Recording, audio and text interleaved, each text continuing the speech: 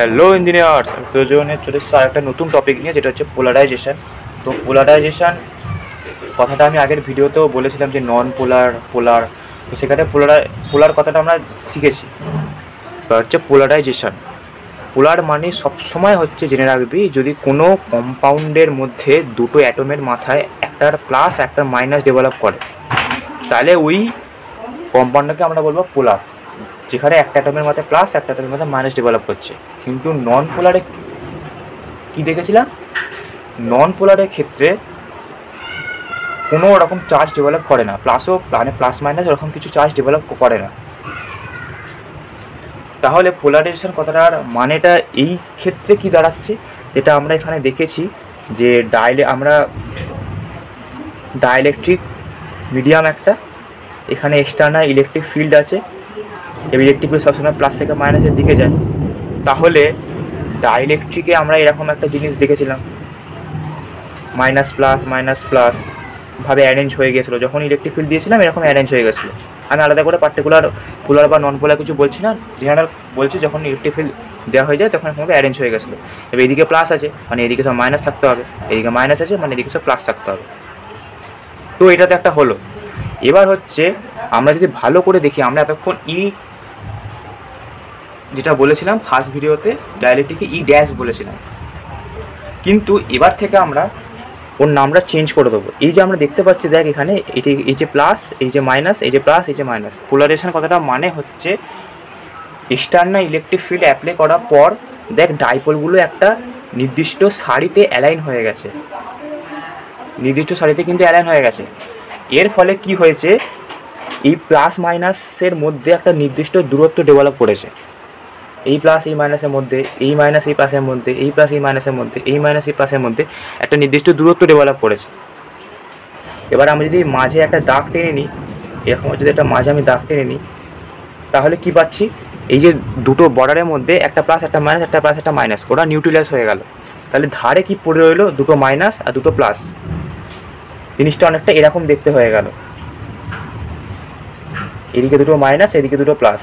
এবার যেহেতু এরকম সিচুয়েশান তৈরি হয়েছে, মানে ভেতরেও একটা ইলেকট্রিক ফিল্ড তৈরি হবে প্লাস থেকে মাইনাসের দিকে, সেইটার নাম আমরা ড্যাশ না দিয়ে দেবো ইপি, ডিউ টু পোলারাইজেশন, যে ইলেকট্রিক ফিল্ড ডেভেলপ হবে। আর বাইরে রয়েছে এক্সটার্নাল ইলেকট্রিক ফিল্ড।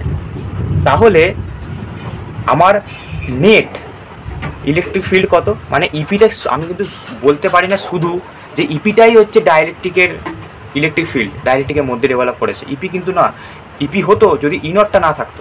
যেহেতু ইপিও রয়েছে আবার ইনটও থাকছে, সেই কারণে নেট ইলেকট্রিক ফিল্ড কত হবে, ই নেট, সেটার ভ্যালু আমাদের হবে ই নট, যেহেতু বড় ই নট, আর EP, E naught minus EP, এটা হচ্ছে আমাদের নেট ইলেকট্রিক ফিল্ড হবে। এবার হচ্ছে পোলারাইজেশনটা তাহলে পার্টিকুলার কার ওপর ডিপেন্ড করছে। পোলারাইজেশন মানে কি বললাম, এক কথায় হচ্ছে পজিটিভ আর নেগেটিভ চার্জকে একদিকে করা।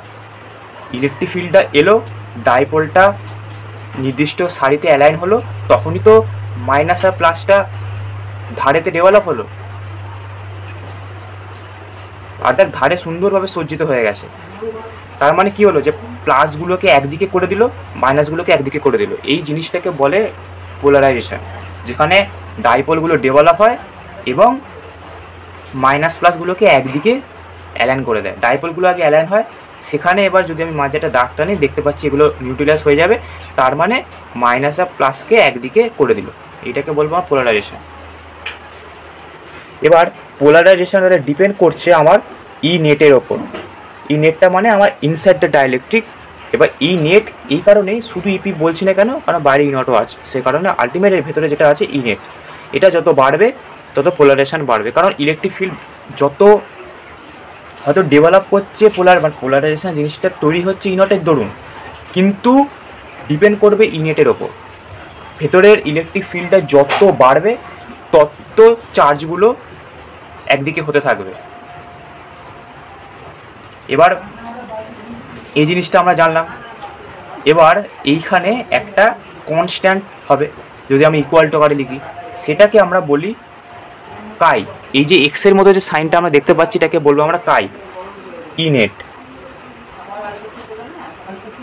তাহলে বোঝা গেল। এবার এর এখানে আরেকটা মডিফাই হয়, সেটা আমরা ইলেকট্রিক্যাল সাসেপ্টিবিলিটি যখন পড়বো তখন বলে দেবো। আর এই যে কাই ই লিখলাম, এটা তো একটা কনস্ট্যান্ট, কিন্তু এর নাম হচ্ছে ইলেকট্রিক্যাল সাসেপ্টিবিলিটি। তাহলে বোঝা গেল।